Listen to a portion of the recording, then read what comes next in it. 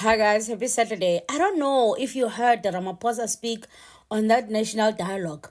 He said, I'm gonna play you guys the clip. He said, Ubana, we must ask ourselves ukuthi, why there's inequality, why are poor people poor, and then the ones who are rich, why there's no medicines in the clinic, wara. Little no, we shouldn't be asking Tina ourselves. We should be asking the person who has the money, the person who has the power to make the changes.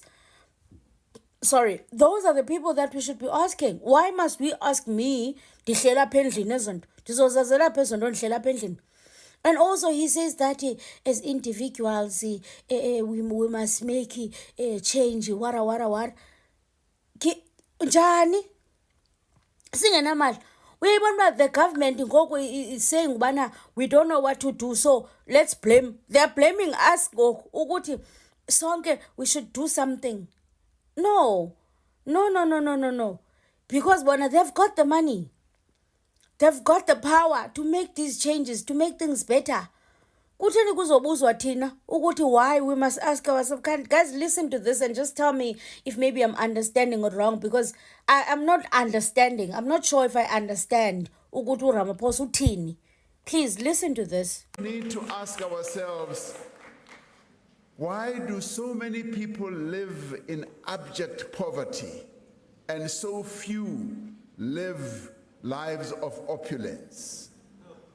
Why, after decades of democracy, are the prospects of a white child so much better than those of a black child? We need to ask ourselves that. We also need to ask ourselves, why do women get paid less than men for the same work? That's what we need to ask ourselves.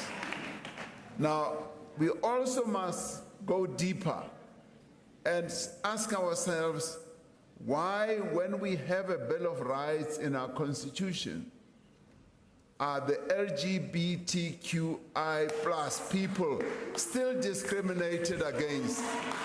Why are they still stigmatized and harassed?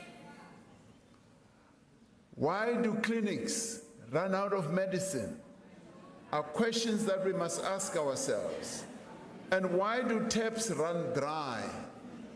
These are some of the questions that we must be willing to ask and which we must be prepared to find answers for. But more than that, my fellow South Africans, these are the challenges that we must be ready to do something about. As individuals, as organizations, as communities, as parents, as elected representatives, and as public